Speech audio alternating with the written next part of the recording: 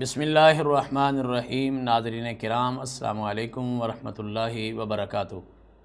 نہت studio کے plate form سے رمضان المبارک کی بابرکت گھڑیوں میں قرآن مجید کے مضامین کا انتہائی مختصر اور عوام الناس کو آسانی سے سمجھ آنے والے خلاصے کے ساتھ ہر روز حاضر ہوتے ہیں۔ آج 19ویں پارے کے ساتھ پیش خدمت ہے۔ 19ویں پارے میں جیسا میں نے 18ویں پارے کے اختتام پہ بتایا تھا کہ سورۃ الفرقان جو ہے یہ کنٹینیو کرتی ہے۔ سورہ فرقان کی آیت نمبر 61 میں رسول اللہ صلی اللہ علیہ وسلم کے سیرت کے حوالے سے بات کی گئی ہے اور آپ کو سراج منیر قرار دیا گیا ہے۔ ناظرین اکرام، پہلی بات تو یہ سمجھ لیں کہ قرآن مجید سیرت النبی صلی اللہ علیہ وسلم کی سب سے بڑی کتاب ہے۔ قرآن مجید میں آپ علیہ السلام کے ظاہری شکل و صورت سے لے کر آپ کے عمل، آپ کے کردار، آپ کے اخلاق، آپ کی زندگی کا ہر پہلو بیان کیا گیا ہے،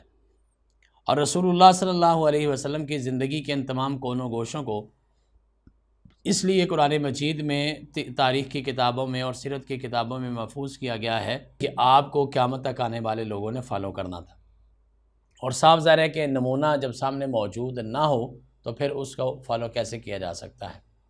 رسول اللہ صلی اللہ علیہ وسلم کی زندگی کی تمام تر چیزیں ہمیں قرآن و حدیث میں نظر آتی ہیں۔ اگر یہ کہا جائے کہ پیارے نبی علیہ السلام کی زندگی جو ہے وہ دنیا کی سب سے زیادہ ڈاکومنٹڈ لائف ہے، اس جہان میں اتنا زیادہ ڈیٹا کسی انسان کے بارے میں موجود نہیں ہے جتنا ہمارے پیارے نبی حضرت محمد کریم علیہ السلام کے بارے میں موجود ہے۔ ناظرین کرام، سورۃ فرقان کے اس حصے میں پیارے نبی علیہ السلام کو ہدایت کا سورج اور چراغ قرار دیا گیا ہے، اور بلا شبہ وہ ایک ایسا ہدایت کا روشن سورج اور چراغ تھے کہ جن کی روشنی آج تک بھی ہزاروں نہیں بلکہ لاکھوں سینوں کو روشن کیے ہوئے ہیں۔ آپ اندازہ لگائیے کہ 1400 سال کا عرصہ گزر جانے کے باوجود بھی آپ کی ہدایات اور آپ کی تعلیمات جو ہے وہ من و عن یعنی من و عن موجود ہیں، اور اس میں کسی قسم کی کوئی ہمیں خرابی نظر نہیں آتی۔ یہ بھی اللہ تعالیٰ کی خاص رحمت ہے کہ پیارے نبی علیہ السلام کی اداؤں اور سنتوں کو قرآن کا حصہ بنایا، یا پھر حدیث کے ذریعے سے محفوظ کیا، یا سیرت کی کتابوں میں درج کیا گیا، اور آج ہم جب ان کو فالو کرنے بیٹھتے ہیں تو ہمیں ان کی زندگی کی ایک ایک جھلک نظر آتی ہے۔ آپ کا کھانا پینا، آپ کا غصہ، آپ کی خوشی، آپ کا آنا جانا، آپ کا سفر حضر، یعنی زندگی کا کوئی ہی ایسا پہلو نہیں ہوگا جس پر بہت زیادہ لکھا نہ گیا ہوگا اور اس کو باقاعدہ محفوظ نہ کیا گیا ہوگا۔ اس اعتبار سے میں نے دعویٰ کیا ہے کہ دنیا میں سب سے زیادہ جس کے بارے میں لکھا گیا وہ آپ کے ہمارے پیارے نبی حضرت محمد کریم علیہ السلام ہیں، اور اس میں آگے چل کے پھر اسی پارے کے اندر سورۃ الشعراء شروع ہو جاتی ہے۔ سورۃ الشعراء یہ مکی صورت ہے، اور اس سورہ مبارکہ میں بھی کافروں کو جو دعوت حق دی گئی ہے اس کو قبول نہ کرنے والوں کا انجام بیان کیا گیا ہے۔ بڑی بڑی اقوام جن کو اللہ کے نبیوں اور رسولوں نے دعوت حق دی لیکن انہوں نے انکار کیا بلکہ بغاوت کا راستہ اختیار کیا، ان کے ساتھ کیا ہوا؟ وہ قوم عاد تھی، قوم سمود تھی، قوم لوط تھی، بنی اسرائیل کے لوگ تھے۔ ان کا تذکرہ ہمیں اس سورہ مبارکہ میں ملتا ہے، اور بالآخر مسلمانوں کے لیے خوشخبری بھی سنائی جاتی ہے کہ آپ جو مانے ہیں یا ماننے والے ہیں اور حق کے راستے کا ساتھ دینے والے ہیں، آپ کے لیے بہت ساری خوشخبریاں اور بہت سی کامیابیاں وہاں پہ موجود ہیں۔ سورۃ الشعراء کے اندر جہاں باقی انبیاء کرام کا ذکر کیا گیا ہے وہاں پہ حضرت لوط علیہ السلام کا ذکر بھی موجود ہے۔ جناب لوط علیہ السلام جو ہیں یہ رشتے میں حضرت ابراہیم علیہ السلام کے بھتیجے تھے، اور ان کے والد کی وفات کے بعد یہ اپنے چچا کے گھر ہی انہوں نے پرورش پائی ہے، اس وجہ سے ان کا حضرت ابراہیم علیہ السلام سے بڑا گہرا تعلق تھا۔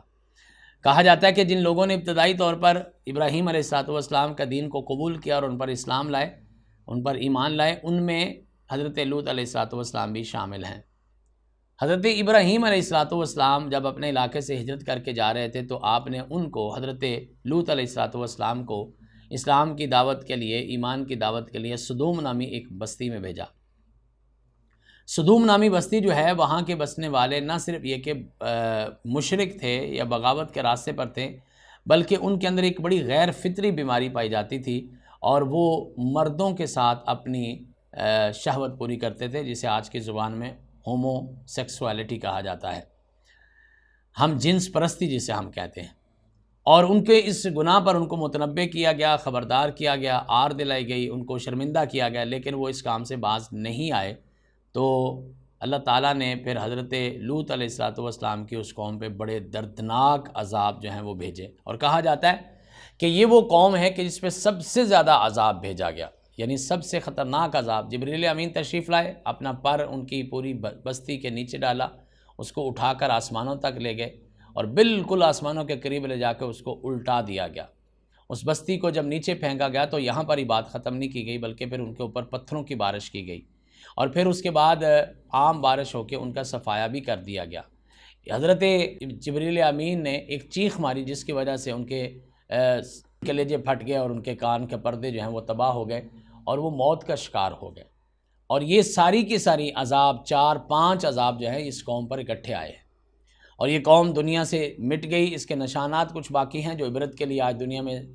پیش کیے جا رہے ہیں، اور دنیا کے سامنے آج بھی عبرتوں کا سامان لے کے کھڑے ہوئے ہیں۔ اور یہ بات ہم کئی بار آپ لوگوں کو یاد دلا چکے ہیں کہ جب کسی کو سزا دی جاتی ہے تو اس میں اس کے گناہ کی سزا اس کو بھی دی جاتی ہے، لیکن اس کو دوسروں کے لیے عبرت کا نشان بھی بنایا جاتا ہے۔ ایسا ہی اس قوم لوط کے ساتھ بھی کیا گیا تھا، اور یہ کہا جاتا ہے کہ یہ وہ قوم ہے کہ جس کے ساتھ سب سے زیادہ اس کو عذاب سے دوچار کیا گیا۔ ناظرین کرام، اس کے بعد اسی پارے میں سورۃ النمل کا آغاز ہوتا ہے، اور سورۃ النمل جو ہے یہ مکی سورت ہے،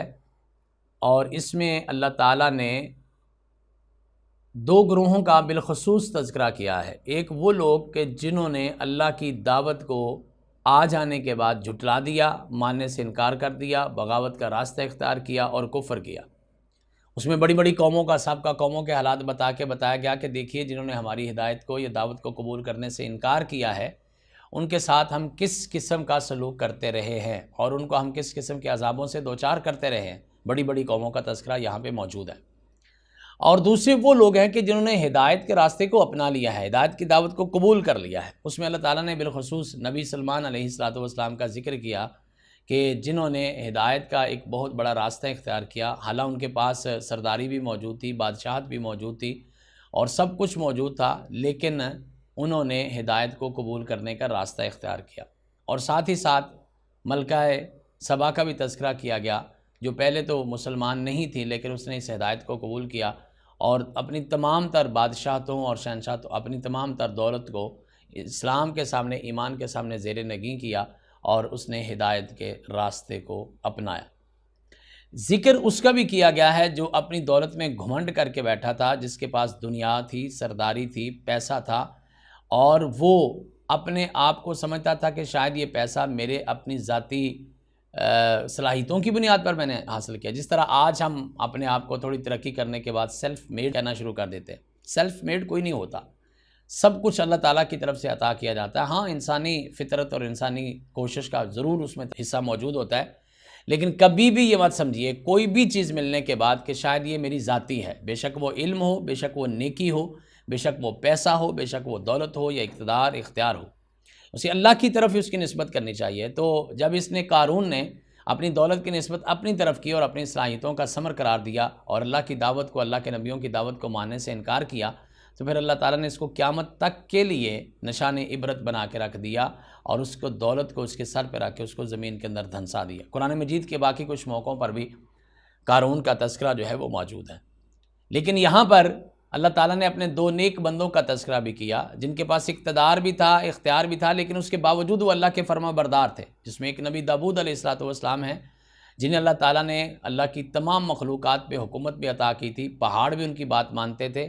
اور اللہ تعالیٰ نے ان کو بڑا خوبصورت لحن عطا کیا تھا، خوبصورت آواز عطا کی تھی، ان کا لہجہ بڑا کمال اور سریلا تھا، جس کی وجہ سے حتیٰ کہ جو پرندے ہیں وہ بھی ان کے ساتھ گنگناتے، پہاڑ بھی ان کے ساتھ گنگناتے تھے۔ جناب داؤد علیہ السلام جو ہیں وہ اس تمام تر کامیابیوں، تمام تر عزتوں اور تمام تر طاقتوں، قوتوں، صلاحیتوں کے باوجود بھی اللہ کے فرما بردار رہے، بلکہ ان کے بارے میں کہا گیا کہ وہ بہت زیادہ اللہ تعالیٰ کے شکر گزار تھے۔ اور ایک یہی سلیم الفطرت انسان کا اور مسلمان کا یہ رویہ ہوتا ہے کہ جیسے جیسے اس کو اللہ کی نعمتیں حاصل ہوتی جائیں، تیسے تیسے وہ اللہ کے سامنے زیادہ جھکتا چلا جائے اور اللہ تعالیٰ کا شکر ادا کرتا چلا جائے۔ اللہ تعالیٰ نے باقاعدہ ذکر کیا ہے حضرت داؤد علیہ السلام، پھر اللہ کے بہت زیادہ عبادت کرتے تھے، نماز نفل کا اہتمام کرتے تھے، روزوں کا اہتمام کرتے تھے، بلکہ نبی کریم علیہ الصلوۃ والسلام نے ان کے نفلی روزے کو بہترین روزہ جو ہے وہ قرار دیا ہے، جو ایک دن روزہ رکھتے تھے اور ایک دن نہیں رکھتے تھے۔ اور ان کے حوالے سے اللہ نے ان کی آنے والی اولاد کو بھی یہی پیغام دیا کہ اے آل داود، جس طرح تمہارے باپ داود علیہ السلام نے اللہ کا بہت شکر ادا کرتے ہوئے اپنی زندگی گزاری ہے، تم بھی اللہ کا شکر ادا کیا کرو اور شکر گزار بندے بن جاؤ۔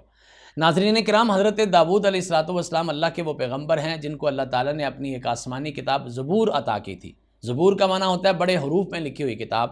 یہ کوئی بہت بڑی کتاب تو نہیں تھی، لیکن بہرحال یہ اس کا ایک اپڈیٹڈ ورژن تھا، اس کی جدید شکل تھی تورات کی، اور اس کو پھر آگے انجیل کی طرف لایا گیا۔ اور بنیادی تعلیمات جو ہیں وہ تمام کی تمام آسمانی کتابوں کی ایک ہیں، جس میں توحید، رسالت، ملائکہ، آسمانی کتابیں، آخرت، جنت، جہنم، ان پر ایمان لانا ضروری ہے، اخلاقیات کی باتیں ہیں، انسانی عظمت کی باتیں ہیں، یہ اس کے اندر بھی موجود تھیں اور باقی آسمانی کتابوں کے اندر بھی موجود تھیں، اور اس کا کافی بار تذکرہ جو ہے وہ اللہ کے قرآن میں باقی جگہوں پر بھی کیا گیا ہے۔ داود علیہ الصلوۃ والسلام کے بعد ان کے بیٹے حضرت سلمان علیہ السلام ان کے وارث بنے، جو ان کے دنیاوی وارث بھی تھے اور ان کے منہج کے وارث بھی تھے۔ سلمان علیہ الصلوۃ والسلام کو بھی اللہ نے کمال کی حکومت عطا کی تھی، اللہ تعالیٰ نے ان کو ہواؤں پہ بھی اختیار عطا کیا تھا، ان کو اللہ تعالیٰ نے جنات کے اوپر بھی غالب کیا تھا۔ یہ وہ سلمان علیہ الصلوۃ والسلام ہیں کہ جن کو اللہ تعالیٰ نے ایسی بادشاہت عطا کی جس کے بارے میں خود سلمان علیہ الصلوۃ والسلام کی دعا موجود ہے کہ یا اللہ مجھے ایسی بادشاہت عطا کرنا جو میرے بعد کسی اور کو نہ ملے۔ اور پھر یہ بڑے بڑے جو جنات ہیں ان کو قابو کرتے تھے، اور حتیٰ کہ ان سے کام بھی لیتے تھے، جو جن جو ہے وہ ان کی بغاوت کرتا یہ اس کو قید بھی کر دیا کرتے تھے۔ ایسے ہی ان کے زمانے میں ایک خاتون موجود تھی جو سبا کے علاقے کی، سبا کی بستی کی ملکہ تھی، ان کو بھی آپ نے اپنے دعوت کا پیغام بھیجا، تو جب اس نے اس دعوت کو سمجھ لیا اور وہ آپ علیہ الصلوۃ والسلام کی طرف روانہ ہوئی، تو آپ نے اس کے سامنے اللہ کی قدرتوں، اپنی کرامتوں اور اپنی سلطنت کا رعب جمانے کے لیے یا رعب اس کے ذہن میں داخل کرنے کے لیے آپ نے دو کام کیے۔ پہلا کام تو یہ کیا کہ اس کے آنے سے پہلے اس کا تخت منگوا دیا، اس کے آگے ڈیٹیل ہے وہ کون لے کر آیا، آپ کی امت کا ہی ایک نیک انسان تھا جس نے یہ کام کر دکھایا۔ اور پھر اس کے بعد جب اس کے آنے کے بعد اس کو ایک ایسے محل کی سیر کروائی گئی جو سارے کا سارا شیشے کا بنا ہوا تھا اور اس کے نیچے پانی چل رہا تھا، حتیٰ کہ اس میں داخل ہوتے ہوئے ملکہ نے اپنے کپڑے بھی سمیٹنا شروع کر دیا کہ کہیں میرے کپڑے گیلے نہ ہو جائیں، جبکہ اندر داخل ہو کے اس کو پتہ چلا کہ میں تو غلطی پر تھی، یہ تو محل ہی ہے اور اس کے نیچے پانی چل رہا ہے اور یہ سارے کا سارا شیشے کا ہے۔ یہ دراصل اس کو دین اسلام کی دعوت دینے کے لیے دین اسلام سے اور اللہ کی قدرت سے مرعوب کرنے کا ایک طریقہ تھا۔ یہ بھی آپ نے جنات سے تیار کروایا تھا اللہ کے حکم سے، اور وہ ملکہ جو ہے وہ اس سے بہت زیادہ متاثر ہوئی، پہلے ہی وہ دعوت سے متاثر تھی اور اس کے بعد اس نے اسلام بھی قبول کر لیا اور وہ ایک نیک عورت بن کے اس دنیا سے رخصت ہوئی۔ ناظرین کرام، انہی تذکروں کے ساتھ ہمارا یہ 19واں پارہ جو ہے یہ اپنے اختتام کو پہنچتا ہے۔ اللہ کے نیک بندوں کے تذکرے جاری ہیں، اللہ کے باغیوں کو عبرت کا نشان کیسے بنایا گیا یہ باتیں ہم کر رہے ہیں، ساتھ ہی یہ بتا رہے ہیں کہ ایمان والوں کی نشانیاں کیا ہوتی ہیں، ایمان والوں کا کردار کیا ہوتا ہے۔ پیارے نبی علیہ الصلوۃ والسلام کی سیرت کے حوالے سے بھی تذکرے موجود ہیں، اور ساتھ ہی ساتھ دیگر جو چیزیں ہیں جن کی طرف ہم نشاندہی کر رہے ہیں۔ اللہ تعالیٰ سے دعا کرتے ہیں کہ اللہ تعالیٰ آپ کو بھی اور ہمیں بھی اس پر عمل کرنے اور اس کو سمجھنے کی توفیق عطا فرمائے۔ وآخر دعوانا ان الحمد للہ۔